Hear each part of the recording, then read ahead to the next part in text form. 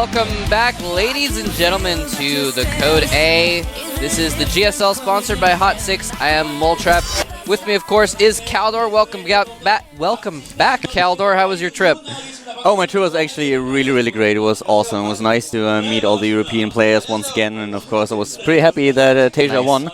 Spent the entire weekend with him, flew to Helsinki with him, and it was really great. And it was actually Polden on Tasia, but Tasia is playing today, and he actually accompanied us. So that was there you go. Yeah, Tasia is going to be one of our players today. We have a lot of actually really good matches today. Today I would say is a day, and I mentioned this yesterday too, where I think everyone playing today deserves to be in Code S.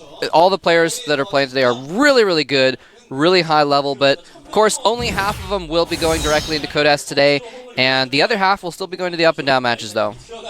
Yeah, exactly, and we are starting the day off with a Terran versus Terran, and it's going to be a really interesting one. We have Ryung facing SuperNova, so definitely a good game, and we have a quite interesting map for the first map. It is going to be Daybreak, and Daybreak is always a map where you can start with the 14cc, which is for, well, kind of the guarantee for a longer macro game, but we're going to see if that's actually going to happen, if one of them is trying to be a little bit sneaky. We've seen a lot of early aggression builds on Daybreak lately as well. Yep, definitely the case, and yeah, this is going to be a really good match. Both these guys are pretty evenly matched in Terran versus Terran. Don't forget about the final, by the way, popping up at the bottom of your screen. It's going to be this Saturday, which would actually be like late Friday night if you're in the United States, or Saturday morning, I guess, if you're in Europe. So make sure you tune in for that, and of course, if you're in Seoul, come on down and watch it. But yeah, SuperNova and Ryung are both very good in Terran versus Terran. They're both hovering around 60% win rate, which is actually a pretty good win rate considering. They've both had a lot of games under their belts in this matchup. 40 or 50 games, so it's a really good sample. And they're both just really solid players, I would say. Yeah, SuperNova played very well also at the WCG and in every tournament that he played lately, so it's going to be quite interesting to see how he's going to fare against Ryung. And today's games are just really great. We were going to see Hero as well. We mentioned Tasia earlier. He's going to get up against Squirtle. And it's kind of interesting because when we were at Assembly, apparently Tasia talked a lot to Hero, and they talked a little bit about the matchup that is going to play today. So Hero taught him a couple of things that he should do against Protoss, and we're going to see if that's going to work out. All right. So. The Terran taught by the Protoss to defeat the Protoss. Very sneaky. So here's, of course, our results from yesterday, by the way. MVP did come out ahead over Sniper, even though at the beginning it looked like MVP was falling asleep in his chair. Yeah. Curious. He was looking a little bit, out of shape, I don't know, but the first game, Metropolis, I guess? Was he looked a little bit out of shape, but he did come back. Curious did manage to 2-0 the STC. The STC also may have been tired, but he looked to not be in the best of form. He was making some mistakes and some weird decisions. I expected Curious to win this series, though. But I did too. The third game was definitely a surprise to me. Seed taking down Lenok. Definitely a good player, Seed, that is, but I would have never expected him to beat Lenok with 2-0 that. Yeah, but of course Oz, the PvP master, did take out Avenged. Yep. Here are today's matches. We've talked about a couple of them already. Ryung versus SuperNova is going to start us off. Ryung coming down from the... What is that symbol? Actually, I can't read that. That's strange. Anyway, he's going to be playing against SuperNova, who is Code S. Ryung, I believe, has gone up through Code A. Not sure. Anyway, Squirtle is going to be facing off against Tasia. Virus versus Jockji. And last, of course, Hero versus Ganji. And those are all going to be great matches. I'm really looking forward, especially to our last match, Hero versus Ganji. That's going to be pretty cool to see who can come out on top there. Maybe that was the up and down matches symbol that he came down from the up and down matches. There it is. A little bit bigger on our screen. Sorry about that. That is exactly what it meant. He was in the up and down matches last season, but couldn't quite get into Code S, so here he is in Code A again, but he's been doing very well. Ganji has, I'm sorry, not Ganji, it's later. Ryung has defeated Anyong, Zerk player, and TSL Heart, or formerly TSL Heart, actually. No playing full complexity. To get here, and SuperNova, he is coming off of some losses in Code S is why he is here. Lost to Puzzle and Oz. A couple Protosses, so luckily for him, he's playing another Terran this time. Yeah, I think that SuperNova is really good in his TVT matchup, and you already talked a little bit about his statistics. He's currently at a 68% win ratio against Terran, with 50 wins and only 24 losses, so I guess that SuperNova is definitely in a shape where he can take down Ryung. It's not going to be an easy one, though. A lot of those wins are international wins, though, as well. He's played, I believe, so I'm not sure where he... Anyway, point being, though, he's actually very good. Regardless of what the number is, he is really, really solid. And, yeah, I mean, SuperNova, he's a very, very underrated Terran. I kind of say this every time, and he's getting more rated, I guess. But I still think he's very underrated. He's super, super strong. He doesn't always play at the tip-top level, but he's capable of some really good stuff, as you mentioned, as we saw in WCG. So, anyway, we're going to get started here. Ryung versus SuperNova. Game number 1 is about to begin. Battle of the Terrans. One player will get into Code S. The other will have to face the up and down matches again. Who will it be? We're about to find out.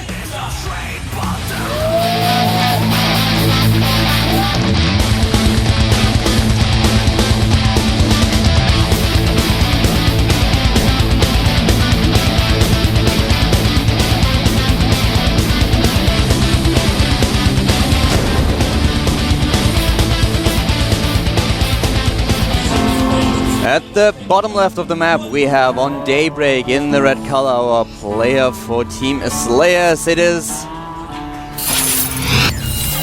Slayers Ryung.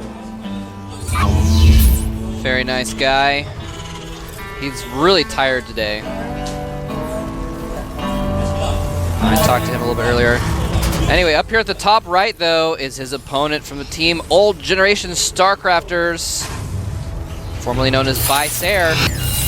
OGS SuperNova. SuperNova. I talked to Ryung earlier. I asked him how he was doing in Korean. He just kind of gave me a smirk and a thumbs up.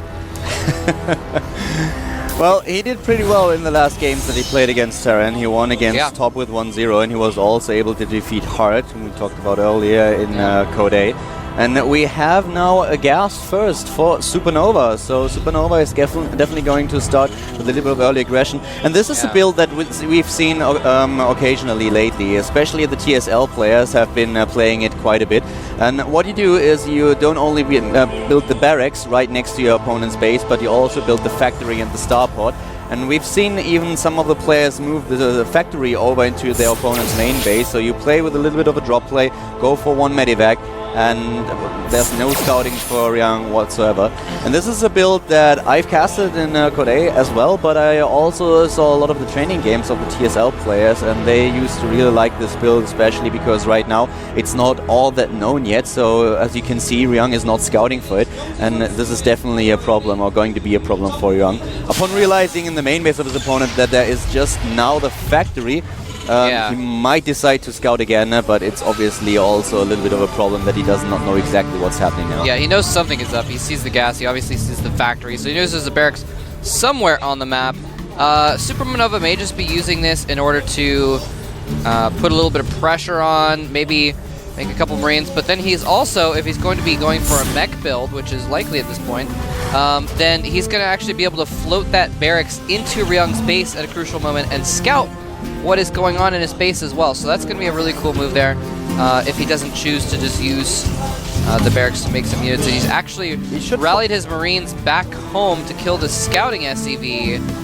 He's going for a second gas, so he should follow it up with the starport at the least. We have the expansion now for Ryung, so he's going for the early expand. And SuperNova is now done at least. Well, he does not have the gas just yet for his factory. Ah, there it is, the starport, sorry. There it is, and yeah, he's using the barracks first to make a tech lab for the starport. So yeah, this is going to be a very fast Banshees. It's a little bit of a variation of what I just explained earlier. The strategy that I've seen so far on this map is usually evolving around a little bit of more of a drop play, but SuperNova decides to go for the Proxy Banshees, which is also pretty powerful, especially given the very, very short path between the starport and the main base. Yeah, this is actually a really cool build. I'm curious to see how it works. It's obviously very well timed out. But yeah, this is going to be cool. The starport is going to go ahead and land, and is he going to scout it first? No, he does not scout anything. He doesn't see the starport. He can kind of assume at this point that it is there, but he doesn't know. really interesting. We see Ryung, as a result, playing a little bit defensively. Even though he has his expansion up already, he's actually put a bunker on the high ground and is not floating his expansion down to the minerals yet. So he is going to be a little bit safer in that sense. Cloak is being upgraded along with these Banshees, by the way. And a starport is almost completing for Ryung, though, so he's probably going to get out a Viking very quickly and probably be able to deal with this relatively well. He does have 2 orbitals. Yeah, he will definitely have to scan. He doesn't have an engineering base, so there are no missile turrets for detection. He will have to use his scans for detection. But so far, well, he just used another mule, so he will be in a little bit of a tough situation as soon as he realizes that there's going to be a cloak Banshee, because he does not have the energy for another scan. You know what? He doesn't have combat shield. Yeah, you know what though? Oh, is this Banshee? No, he's going to get away with a couple kills. This is crazy. SuperNova has actually landed his barracks again in the middle of the map, put a reactor on it in the middle of the map. I'm not sure if we got a shot of that earlier, but he is basically, it looks like he might be going all in. He has Marines queued up in his reactor barracks. He's got tanks going out of his factory back at home, and he's got Banshees producing out of the starport. So this looks like basically a, well, Marine tank Banshee all in of some kind, because he's got to do some damage. He's investing a ton into this. And here comes the second Banshee now into the main base. One of the missile turrets is being built now, not ready just yet. And as you can see, there's no scan available right now. 2 Vikings will take down the Banshee as soon as enough energy has been accumulated on the orbitals, though. Well, and no combat shield for the Marines, so the Banshee is happy to 2-hit them. Yep, he's actually almost out of energy on that Banshee anyway, the cloak, so he withdraws. And wisely so. Ryung didn't realize that, so he didn't chase. How is the counters even though we have Ryung on 2 bases, they have the same amount of SCVs, but of course with 1 additional mule run, Ryung in a little bit of a favorable position. But here in the middle of the map, we have once again the Banshee going strong and a bunch of Marines at that. Yeah, not a lot of kills for SuperNova so far. He has killed off the rocks in the middle of the map, by the way, so he is definitely committed to this rush. He's even brought a handful of SCVs along with this. He hasn't brought all of his SCVs, so it's not completely all in. But Siege Tech is about to complete in just a little bit here for Ryung, and it's going to be at like just 3 or 4 seconds before... Hold on, thought he's trying to go in already without Siege Tech. Taking some damage. He needs to be careful with the bunker at the front. Ryung is definitely in a position where he can defend. He needs a bunch more SCVs though in order to repair it. Both of them are about to complete their siege tank tech, so as soon as Ryung has a couple of tanks on the high ground, he should be in a good position. He's building tanks right now. That is a really good point, actually. This is not the best situation. Oh, he managed to salvage in time. Not the best situation for SuperNova, because he is going to be shelled from the high ground, and with those Vikings in the air, Ryung has a distinct advantage. Yeah, and this is exactly what we talked about. There is already a tank on the high ground, yet another one as well. Those Vikings get off a couple of shots at the Banshee, and this is the only thing that grants high ground vision for SuperNova. SuperNova trying to follow it up within a command center, but he is already very, very far behind with his whole strategy. Oh, taking down his opponent's tank.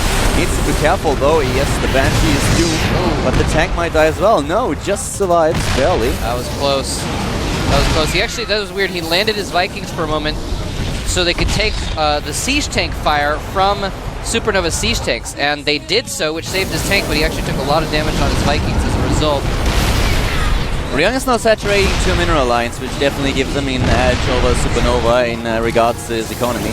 So this is going to be pretty interesting. We have him following up with the barracks now, and a bunch of Marines stuck in the middle of the map for SuperNova. He's continuously producing Banshees, trying to get an expansion on his own, and he's putting up the pressure. He's not out of it just yet, but he needs to do some damage, and so he does. Takes down 2 of his opponent's tanks. Wow. Loses a ton of Marines though. Yeah, that was pretty clutch, finishing off those tanks. Oh no, the Banshee goes down again. Man, all those Vikings are very low on health as well. Those might have been targets, but yeah, I don't know if SuperNova did enough damage. Even though that SuperNova is now just kind of committed to it, and his opponent already has 2 orbitals, Ryung had to spend so many scans. He scanned like 10 times already, so this is a lot less mules that he has. Yeah, you're right. He basically only spent his first couple 50 energies, I guess, on mules, and then he had to spend every other one on scans for the Banshees over and over again, so he hasn't been able to get too much of an economy lead. But yeah, now they both have orbitals, both have 2 orbitals rather, and things are going to start evening out. In fact, the harvester count's still even. The income tab shows they're both about even in income, so things kind of stabilizing here, but SuperNova a little bit ahead with the Banshees, and Ryung a little bit ahead on Stim. We have Ryung now with Banshees on his own, and this is pretty cool because SuperNova doesn't have any Vikings yet, so the Banshees can do a ton of damage and try to pick off the tanks, and this is the cue for SuperNova to lead. We have a very, very interesting TVT. I have to say that I really love this game. We have a lot of aggression, early on aggression by SuperNova. Ryung defends very well against it, and still the game is kind of even, so this is pretty cool to watch. Very entertaining. Yeah, this is really awesome. We're getting to see a lot of different kind of back and forth play with these 2 styles going on. 2 different builds matching up against each other. I really like how both players have kind of worked with what they've been doing. SuperNova going for this very aggressive build, Ryung defending it, but SuperNova still transitioning out of it when it failed. So, very cool. But yeah, I like also the Banshee, Ryung just getting that single Banshee just to force him out of his natural expansion, then switching over the starport to a reactor so he can start making some more Vikings, or actually maybe medevacs, since he does have a lot of Marines.